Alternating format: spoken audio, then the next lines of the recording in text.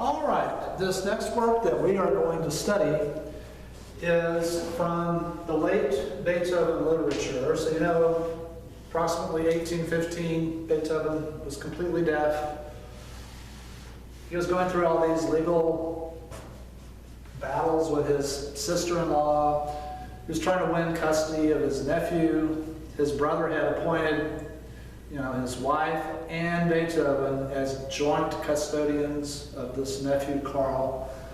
And Beethoven felt like his sister-in-law was an unfit mother. So anyway, very turbulent era. That's kind of a recurring theme with Beethoven's personal life.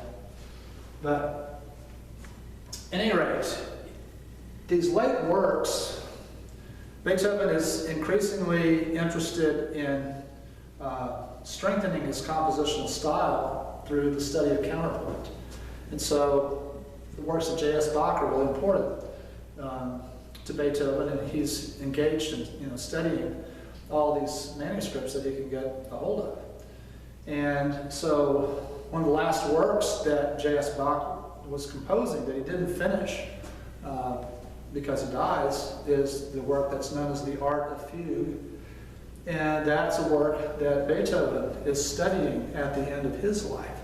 So the use of counterpoint is an important characteristic in the late Beethoven works. So these works include 5 piano sonatas, and there are 5 string quartets, and then there's one movement that replaces a final movement from the string quartets that is then a standalone piece that is known as the grosse fugue.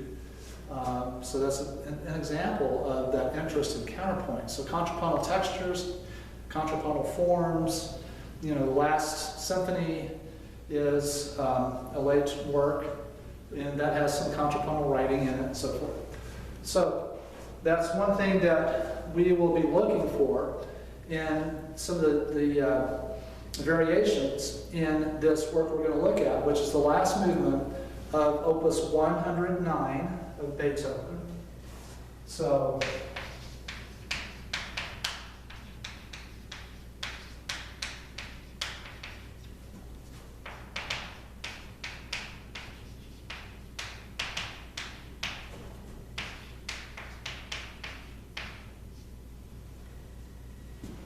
we studied the first 2 movements of this in Music Lab, if you recall, and they were each about 3 minutes long, so they're shorter. But the last movement is by far the longest movement, and it's a set of theme variations. So like the Mozart Cursual 331 that we looked at previously, this theme and variations has 6 variations in total.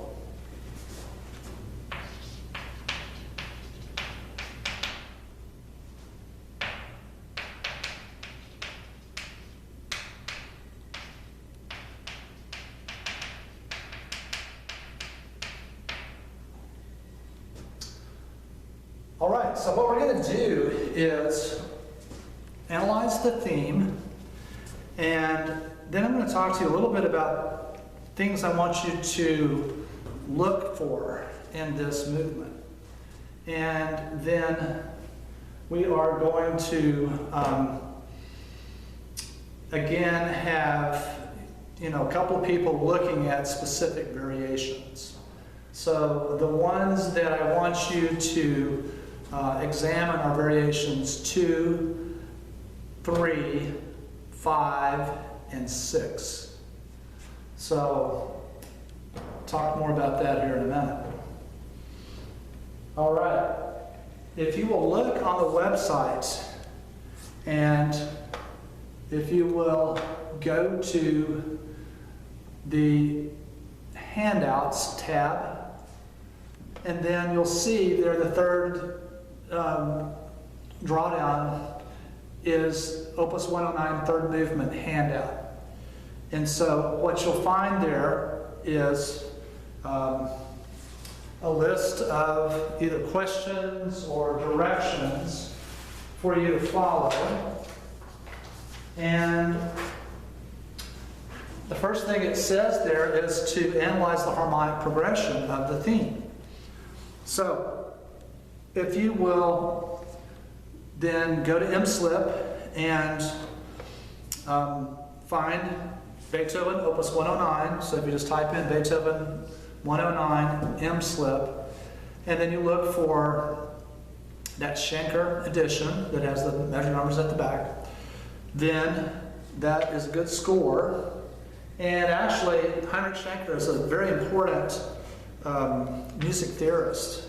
So, he edits this volume of Beethoven piano sonatas in 1920, and it's a very important work. It's an Urtext edition, original edition. But Schenker, being the great theorist, helps you in the way that he indicates the measure numbers. So, if you'll take a second and pull that score up, and we'll be looking at that here. So,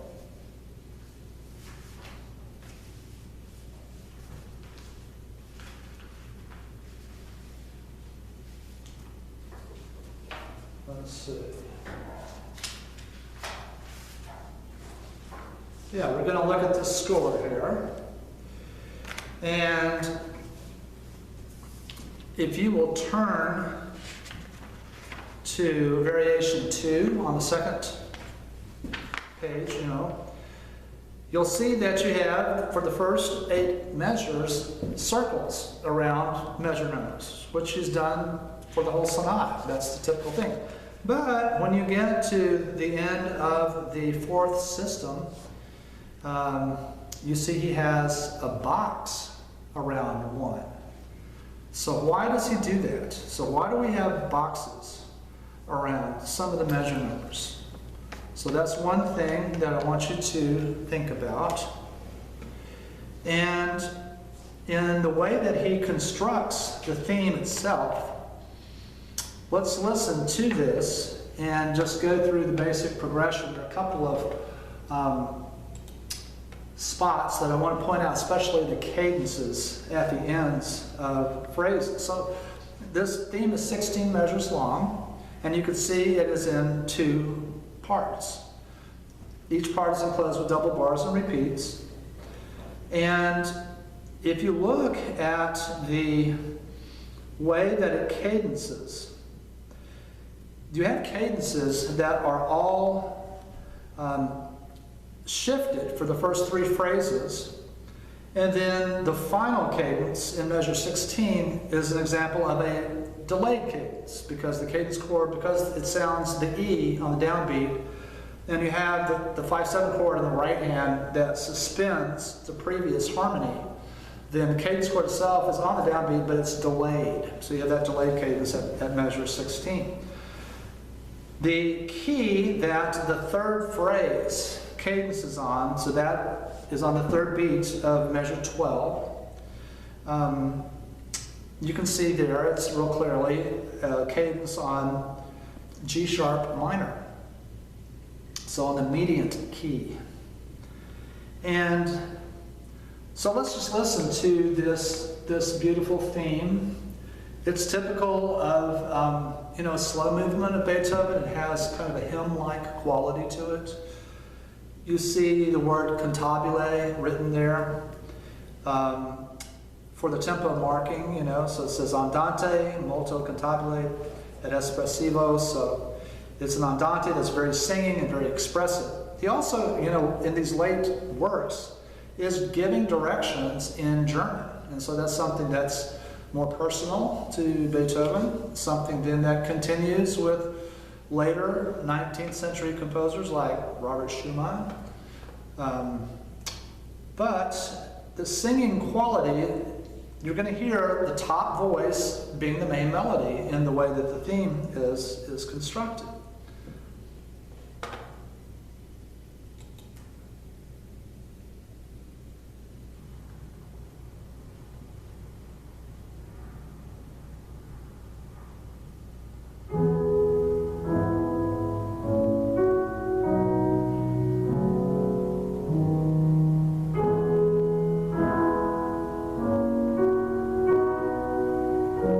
first phrase, cadence.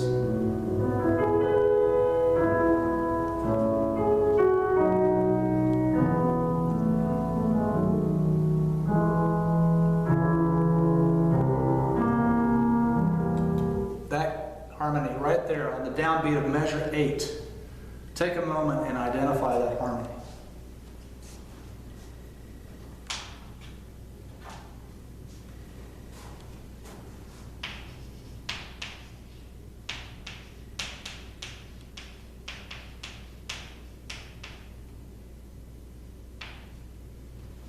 So if you look at the tones that sound there, you have from the bass C natural, an E, and then you have in the right hand a G natural and an A sharp. So this is still in the key of E major, and if you arrange those tones just in thirds, that would be an A sharp, a C natural, an E, and a G.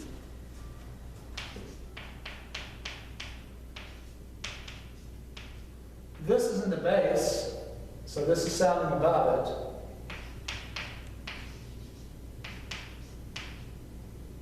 So that's an altered tone, that's an altered tone, that's an altered tone. And so I'm sure you remember that that is a German sixth.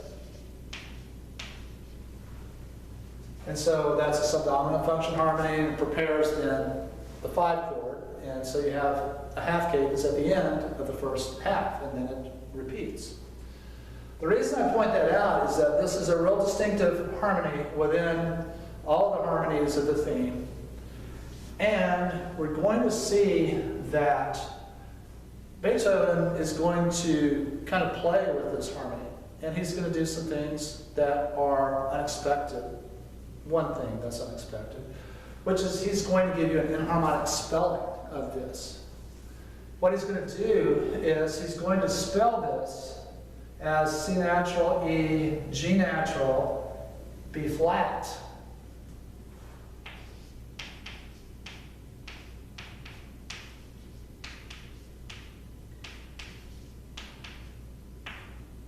When he does that, then it changes the function of the chord. So instead of this being an augmented sixth chord that prepares a dominant harmony in the original key of E major, this then is a chord that is functioning outside of the key, of tonic there. And so what this is a 5/7 of F, and he's going to, when he spells it inharmonically like this, use it as a 5/7 of F major, which is, as you know, the Neapolitan key.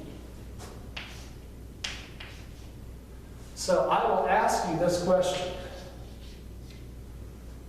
So how does Beethoven inharmonically spell this harmony on the downbeat of measure 8, this German sixth chord? So we're going to hear in some variations that he's going to use a B flat. When he does that, does he then resolve it to that F major, Neapolitan harmony? And it's just something that he works with. It gives a little bit of variety. But that's one thing you can look for in measure 8. It also, when things get really complicated and complex, it's something that you can hold on to kind of keep oriented as far as where you are within the overall structure of the theme. So let's hear the repeat of that first half. And as you're listening to it, we'll just kind of, analyze chord progression here. So it starts with a 1 chord, 2, 5, 5/7, 1. There's a 5 of 5 to 5, 5 of 5 to 5. Back to 1 to 2 chord, 5. There's a 6, 7 to the 7 chord. Back to 1. There's a 6, Italian 6. There's German 6 to 5. now, beginning second half.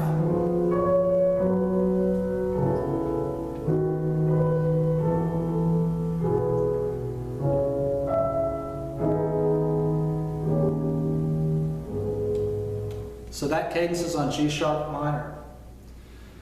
All right, one of the things that I want to point out just has to do with some of the motivic ideas that Beethoven is going to work with.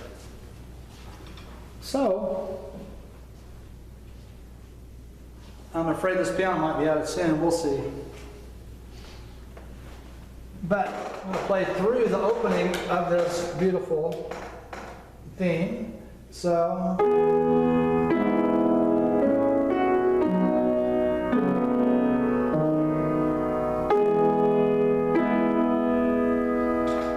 one thing that you notice is that the way that Beethoven constructs the theme, he's going to use this falling third motive. So,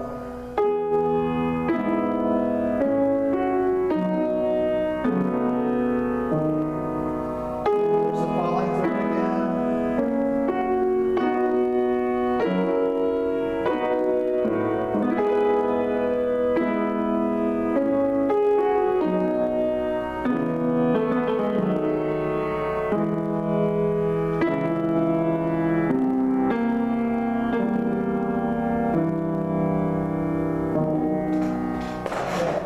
So that's the first half of the theme. All right, one of the things I want you to look for in the first half of the theme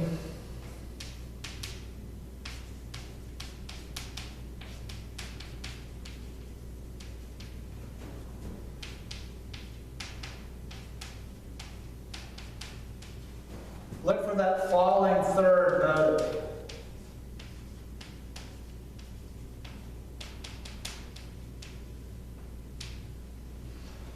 All right, and you're looking at that. You should write in the analysis of the theme. All right, the second half then starts out with a repeated note. That's a very basic pattern. So you have this. So just that basic pattern of a repeated note. When you get to the fourth phrase in measure 13,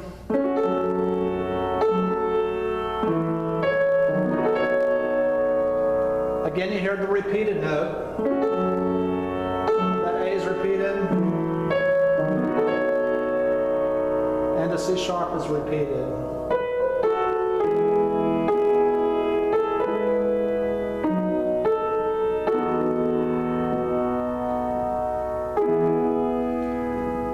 And that delay cadence at the end. So, in the second half of the theme, look for that repeated note idea.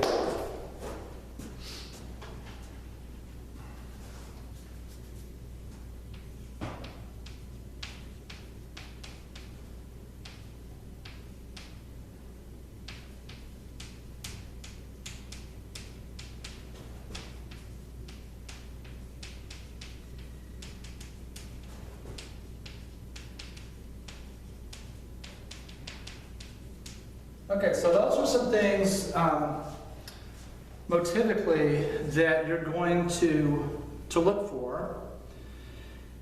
And so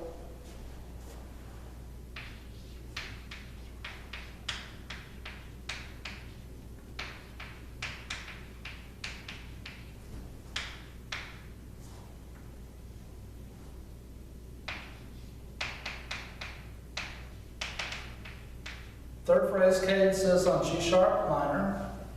That's another thing to look for. He's going to do it just about every time. And so you see these questions. One of the things that you're going to notice with the variations that I want you